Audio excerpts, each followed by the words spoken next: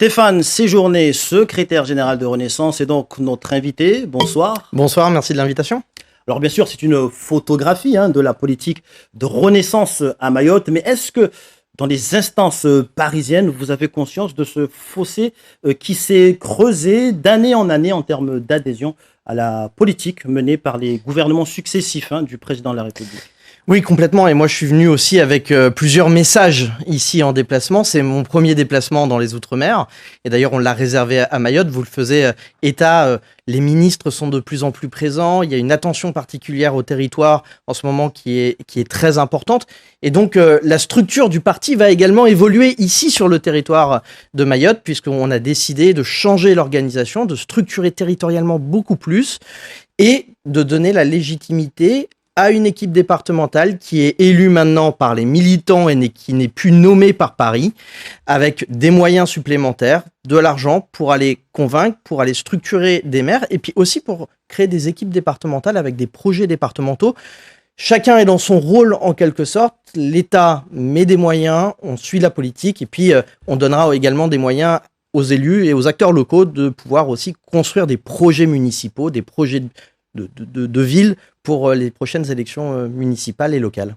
Alors on l'a vu à l'image, quand le président de la République prend la parole devant les Mahorais pour dire que les travaux de la piste longue vont démarrer dans les 18 mois, 4 ans après, toujours rien.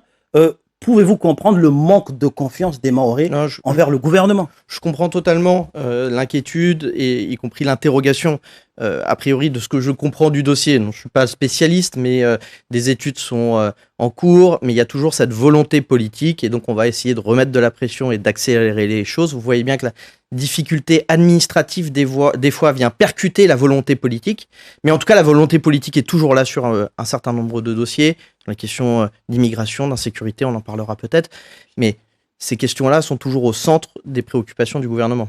Alors, dans votre programme, vous évoquez notamment les enjeux écologiques. Alors, comment concilier ces enjeux avec une démographie à Mayotte qui ne cesse d'être galopante et avec notamment un urbanisme sauvage qui ne cesse de trouver de solutions ?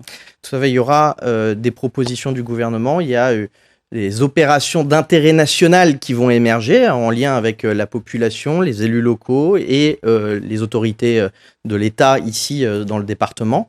On aura probablement une urbanisation et une demande différente, en tout cas des élus locaux, pour construire les villes à Mayotte de manière différente, en prenant en compte l'écologie, en prenant en compte les nouvelles normes d'urbanisme, mais surtout en allant plus vite et en simplifiant les procédures administratives. C'est pour ça que ce qu'on appelle les OIN, les opérations d'intérêt national, normalement devraient transformer la configuration des villes dans les prochains mois, dans les prochaines années, ici à Mayotte. On espère que ça sera poussé par les élus locaux et que ça emportera en tout cas le soutien populaire ici. Alors, Monsieur Séjourné, le canard enchaîné évoque aujourd'hui une grosse opération contre l'immigration clandestine à Mayotte dans quelques semaines. Cette opération a été baptisée Umbushu, d'un nom maoré. Quels sont les contours de cette opération ? Comprenez bien que je peux rien vous dire puisque je n'ai pas d'informations en plus à vous communiquer là-dessus. Ce que je peux vous dire, c'est que depuis maintenant 5 ans que nous sommes en responsabilité, nous avons rajouté 756 policiers supplémentaires, 200 gendarmes, le raid a été déployé. On est revenu, et je tiens à vous le dire aussi, à des niveaux d'immigration de 2012. Alors, c'est pas suffisant, il faut toujours aller plus loin. Il y aura des patrouilleurs, 6 patrouilleurs de plus qui seront affrétés à Mayotte. Il y a une ambition politique pour ce territoire. Je pense que, en tout cas, le message du gouvernement est celui-là. Ce sera aussi le message de la majorité et du parti présidentiel avec des élus locaux auxquels on fera confiance. Alors, dernier point, Monsieur Séjourné. Alors, vous êtes député européen. À Mayotte, la gestion des fonds européens est un point de crispation entre le département et l'État. Vu d'Europe, pensez-vous que la préfecture joue son rôle de facilitateur dans la consommation des fonds ? Alors, il y a 2 sujets. Le premier sujet, c'est une bonne nouvelle, puisque, a priori, la Commission devrait bientôt, très vite, notifier à la France la fin de la suspension des fonds européens pour Mayotte. Il y a presque 280 millions d'euros à valider, à qualifier sur des projets structurants dans le département. Donc il faut absolument que la situation locale soit levée. Alors il y a deux solutions pour la lever. Soit il y a un sujet judiciaire, et dans ce cas-là, il faudra que la justice s'applique. Soit il y a un sujet politique, et il faut absolument que l'État et les collectivités se mettent d'accord. En tout cas, les deux voies doivent être explorées, et s'il y a un sujet judiciaire, ça sera au juge de trancher.